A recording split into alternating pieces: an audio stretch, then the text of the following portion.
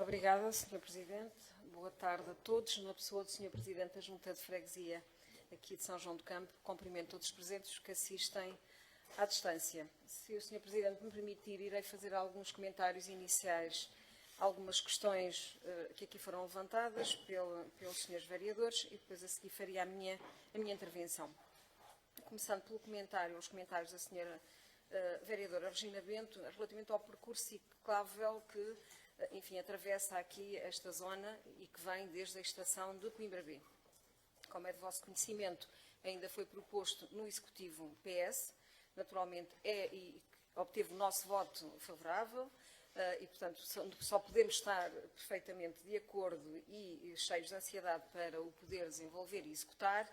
Contudo, também tenho que relembrar que, apesar da Estratégia Nacional da Mobilidade Ativa Ciclável 2020-2030 ter sido publicada em 2019, o Governo nunca associou a esta estratégia qualquer pacote financeiro. Tem sido uma das nossas críticas, sendo que ainda não saiu nenhum programa de financiamento. Portanto, sem financiamento não há como executar uma obra desta natureza, que eu não sei, não me recordo, a minha memória não chega a tanto, mas que eram uns bons milhões de euros que custavam e, portanto, temos que aguardar por esse mesmo financiamento. Isso não quer dizer que seja um projeto que esteja na gaveta, está a aguardar oportunidade de financiamento, mas que, assim que houver, seguramente será submetido. Em relação à extensão do SMTUC a este território, já por diversas vezes abordei essa questão, nomeadamente aqui em reuniões de Executivo, dizendo que os SMTUC não têm condições de frota, essencialmente frota, mas também recursos humanos, nomeadamente em termos de motoristas, para dar esta resposta. Estar a fazer esta alteração, isto é, internalizar estes serviços no SMTUC e depois dar uma resposta francamente pior do que aquela que é assegurada atualmente pelo operador privado, seria um erro crasso. E, portanto, posso-vos assegurar que, inclusive, em conversas que temos tido com a população, é a própria população a dizer que preferem manter a Transdev. Aliás, que é uma atitude inteligente e claramente conhecedora daquela que é a oferta que tem atualmente no território. Não vou recordar que temos aqui não só as linhas urbanas, que só são duas, mas, acima de tudo, serviços intermunicipais que complementam essas mesmas linhas urbanas. Portanto, estar a dividir em nada interessa, nem para os SMTUC, que eram duas linhas deficitárias seguramente, mas, acima de tudo, não têm meios, eu repito, não têm meios. Neste momento, com a chegada dos 12 mini-autocarros que já estão ao serviço e os 10 que estão para entrar a breve trecho também ao serviço, poderá haver aqui alguma luz nesse sentido, mas convém dizer que a frota, sendo ela tão envelhecida, a pressa da entrada ao serviço destes 22 novos autocarros é substituir aqueles mais velhos que andam, inclusive, a lançar emissões poluentes dentro da cidade, francamente preocupantes. Portanto, é uma questão, naturalmente, de gestão de recursos. Não tenho dúvidas que seria a pior opção que podíamos fazer para este território, retirar daqui a concessão que temos neste momento com o operador privado, que é, como sabem, é Moisés Correia de Oliveira, e meter aqui os SMTUC, que iriam oferecer um serviço francamente pior. E sempre que não houvesse frota, iríamos ter que suspender serviços, que seria muito pior. Já agora, em relação à suspensão de serviços, gostaria de dizer que, por parte da Transdev, que é o grupo geral, não é, que detém esta concessão, foi uma situação muitíssimo pontual. Foi, aliás, tanto sei, houve uma única suspensão por falta de motorista e que já está a decorrer um processo interno. Portanto, não é para generalizar uma situação meramente pontual, ocasional. Chamar também a atenção que estas decisões são da Autoridade de Transportes, ou seja, deste órgão que aqui está. Não compete nem ao SMTUC, nem a mim própria, enquanto vereadora que, de certa forma, não vou dizer detenho, mas tenho algumas responsabilidades associadas à Autoridade de Transportes, que vou decidir isso. Será sempre uma decisão de alargamento ou de retirada de qualquer rede de concessão, neste caso o privado, compete a este órgão decidir. E que eu saiba, continua assim. Se quiserem fazer propostas, são bem-vindas, mas eu continuo a dizer, neste momento, os SMTUC não têm condições físicas, nem de frota, nem de motoristas, para garantir esta extensão de serviço. Portanto, iríamos oferecer, tenham consciência, e a responsabilidade é de todos nós aqui, iríamos oferecer um serviço francamente pior. A população não está assim tão descontente. Esta conjugação entre as linhas intermunicipais e as linhas urbanas garantem um bom serviço a toda esta zona e, portanto, só iríamos piorar. Em relação ao boato do custo dos passes, mais uma vez tenho que dizer, isso é uma função da Autoridade de Transportes, não é do SMTUC. Às vezes há muita confusão onde é que estão aqui as funções de cada entidade. Os SMTUC são um operador e têm que ser encarados como tal. São meios próprios da Câmara Municipal, mas são um operador.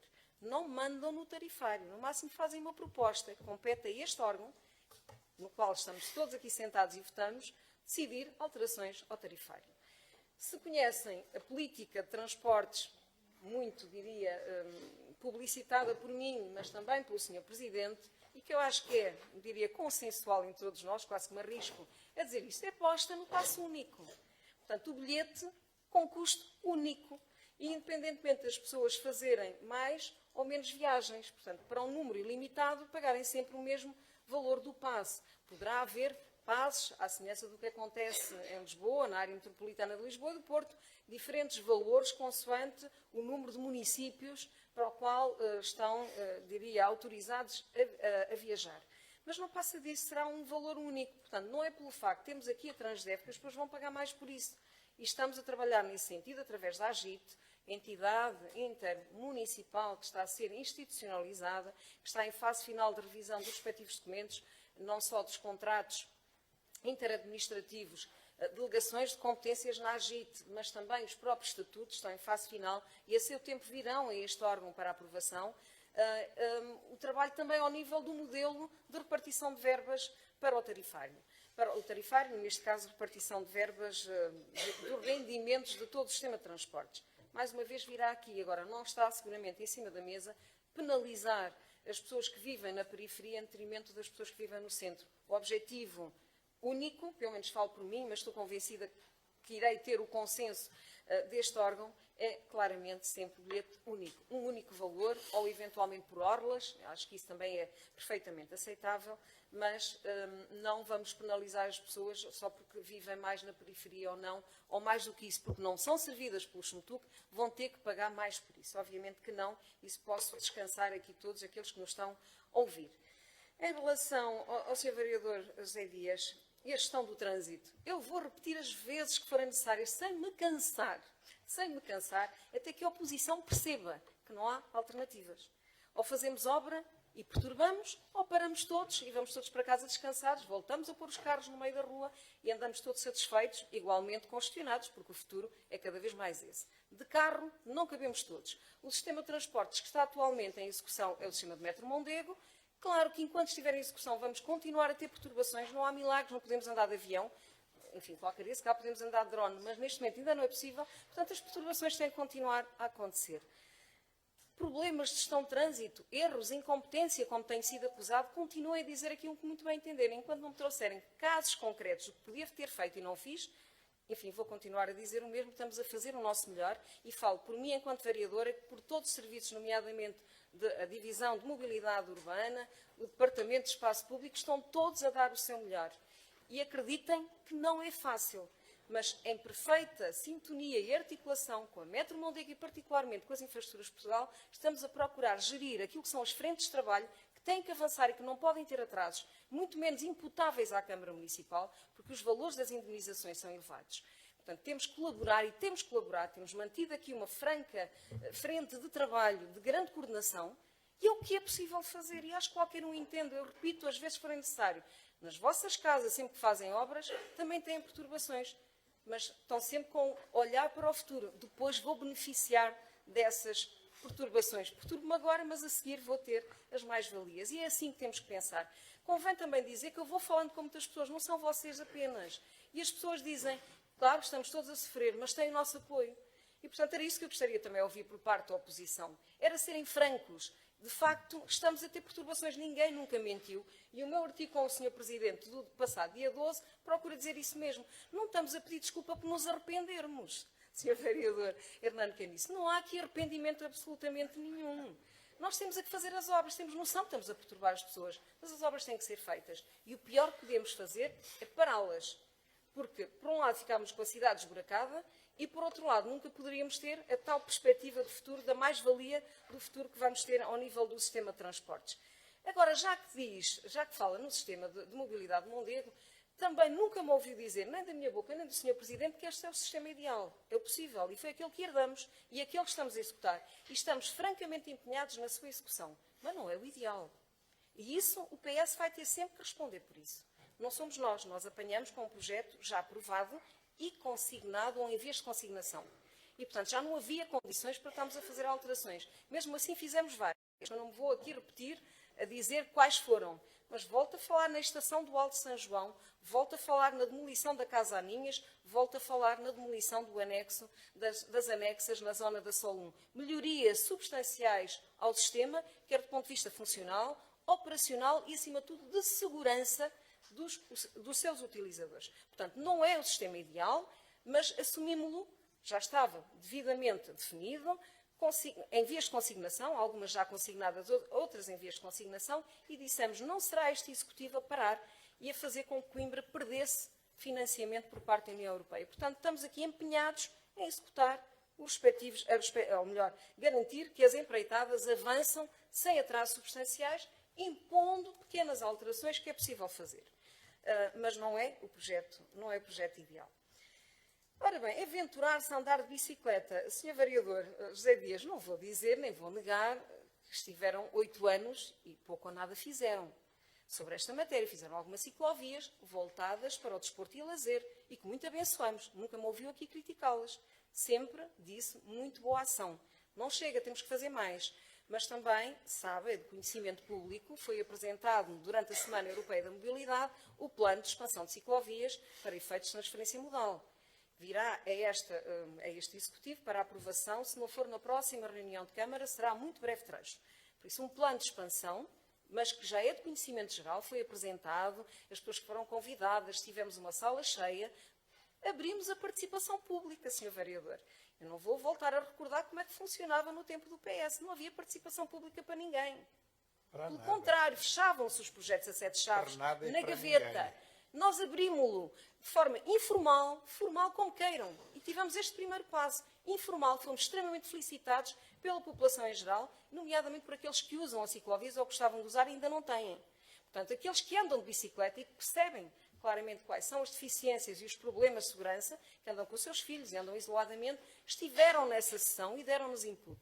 E, portanto, se ainda não veio aqui para a aprovação final, tem a ver com essa incorporação dos inputs que recebemos nessa sessão e que muito me orgulha e que foi extremamente elogiada por essas pessoas. Mas virá aqui e voltaremos a abrir a participação pública, porque um plano quer-se dinâmico, nunca se quer fechado a 7 chaves, quer-se dinâmico, aberto às pessoas.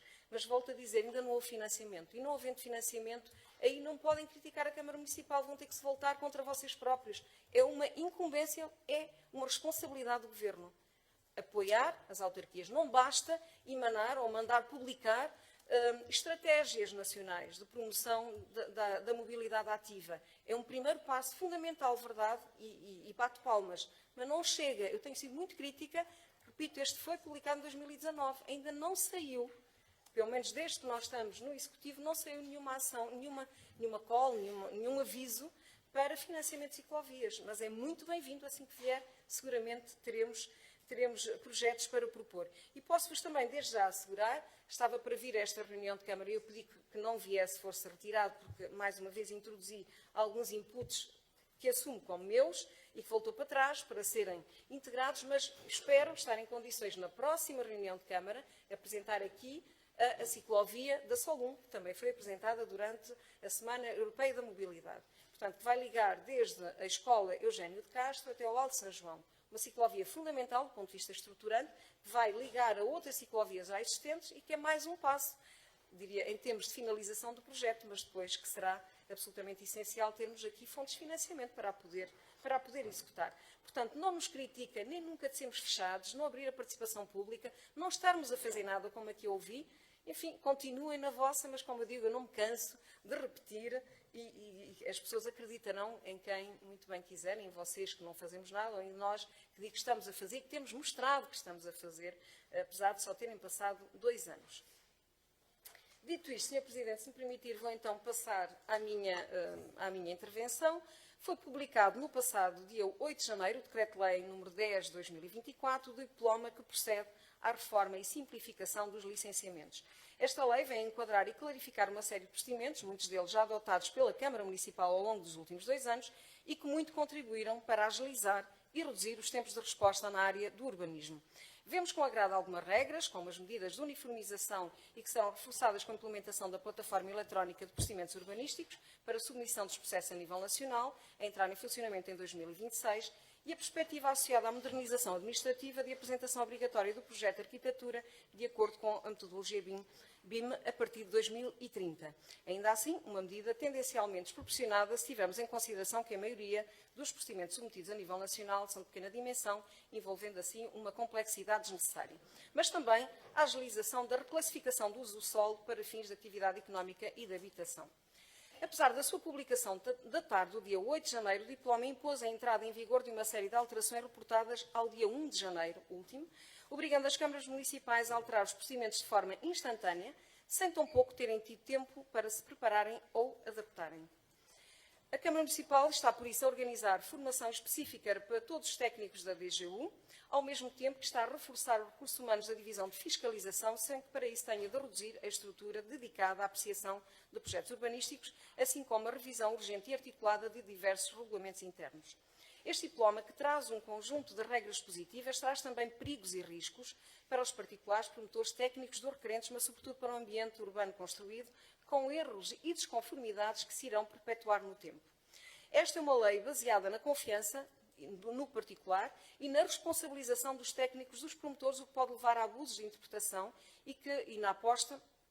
E é uma lei, aliás, que aposta no remediar em vez do prevenir, o que necessariamente conduzirá a um aumento do número de obras embargadas, à proliferação de edificações inacabadas no ambiente urbano e à eternização de mónos em construção enquanto aguardam o desfecho dos processos de legalização ou judiciais. Sob o lema de que importa disponibilizar a habitação, o Governo tem com esta alternativa ou alteração legislativa, defende a rapidez do licenciamento em detrimento da segurança jurídica e financeira, o que a prazo poderá levar à insegurança no investimento privado e a danos irreparáveis no ambiente construído. Mesmo para aqueles promotores que voluntariamente quisessem optar por um processo de licenciamento seguro, essa possibilidade é-lhes agora vedada, sendo obrigados a seguir o procedimento simplificado de comunicação prévia.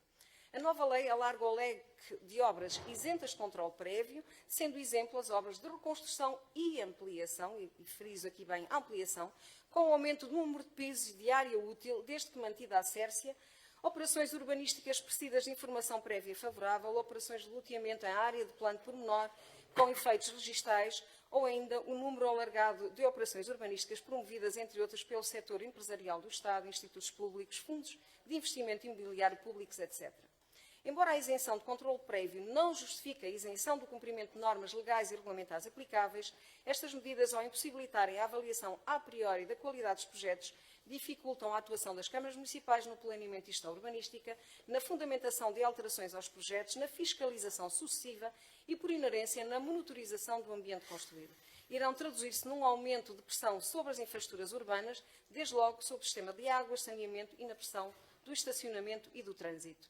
Esta redução do controle prévio alarga ainda as operações isentas de pagamento de taxas, apesar de exigir às câmaras municipais um reforço extraordinário na área da fiscalização sucessiva, desde uma fase inicial da operação urbanística, de forma a evitar males maiores.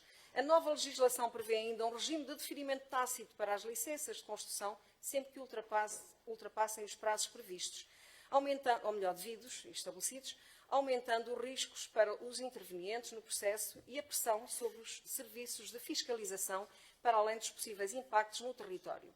Também a impossibilidade de interferir o pedido por incompleta instrução do processo dificulta ou impossibilita mesmo a devida análise técnica do processo, aumentando a responsabilidade em fase de saneamento e apreciação liminar, o que pode levar a um aumento do número de rejeições liminares.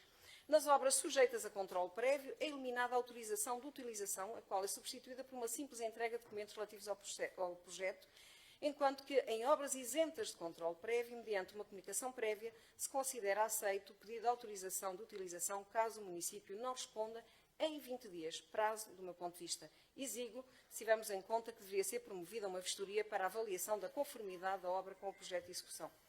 Ou seja, correm sérios riscos de se validarem formalmente erros e desconformidades urbanísticas por incapacidade de atuação atempada das câmaras municipais.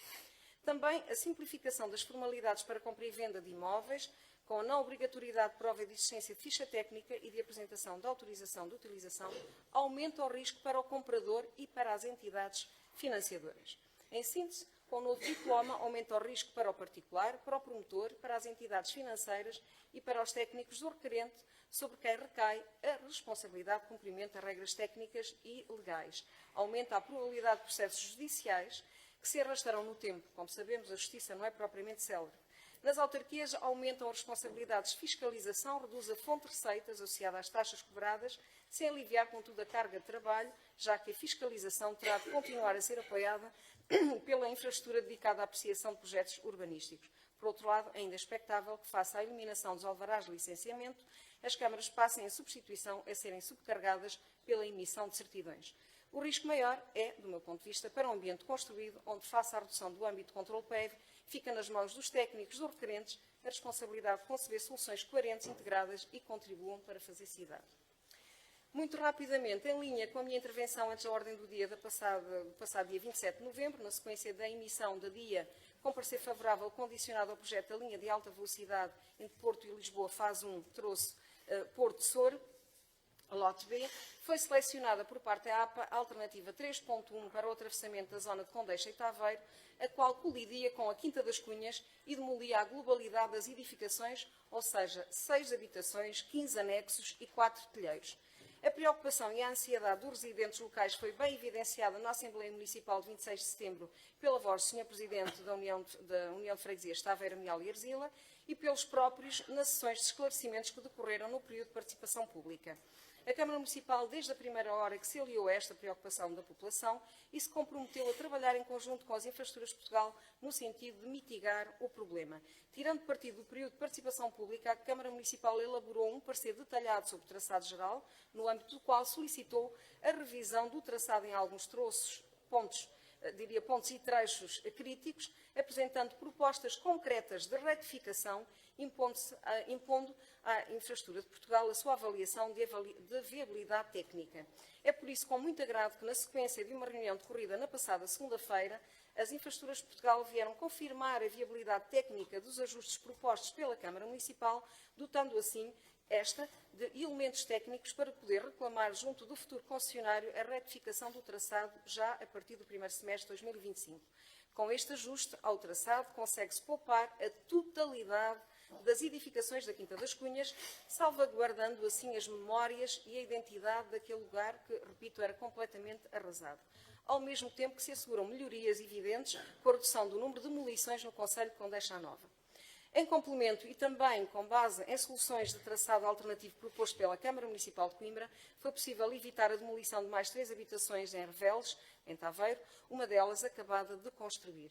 Este é o resultado de um trabalho profícuo que se estabeleceu entre a Câmara Municipal e as Infraestruturas de Portugal no âmbito do processo da linha de alta velocidade, porque não posso deixar de dirigir aqui um agradecimento muito especial às Infraestruturas de Portugal, seja a toda a equipa, a toda a estrutura técnica, seja aos seus dirigentes e administradores que nos têm apoiado pela franca abertura e colaboração prestada, neste caso eu posso dizer mesmo a toda a população de Coimbra. Muito obrigada, Sr. Presidente.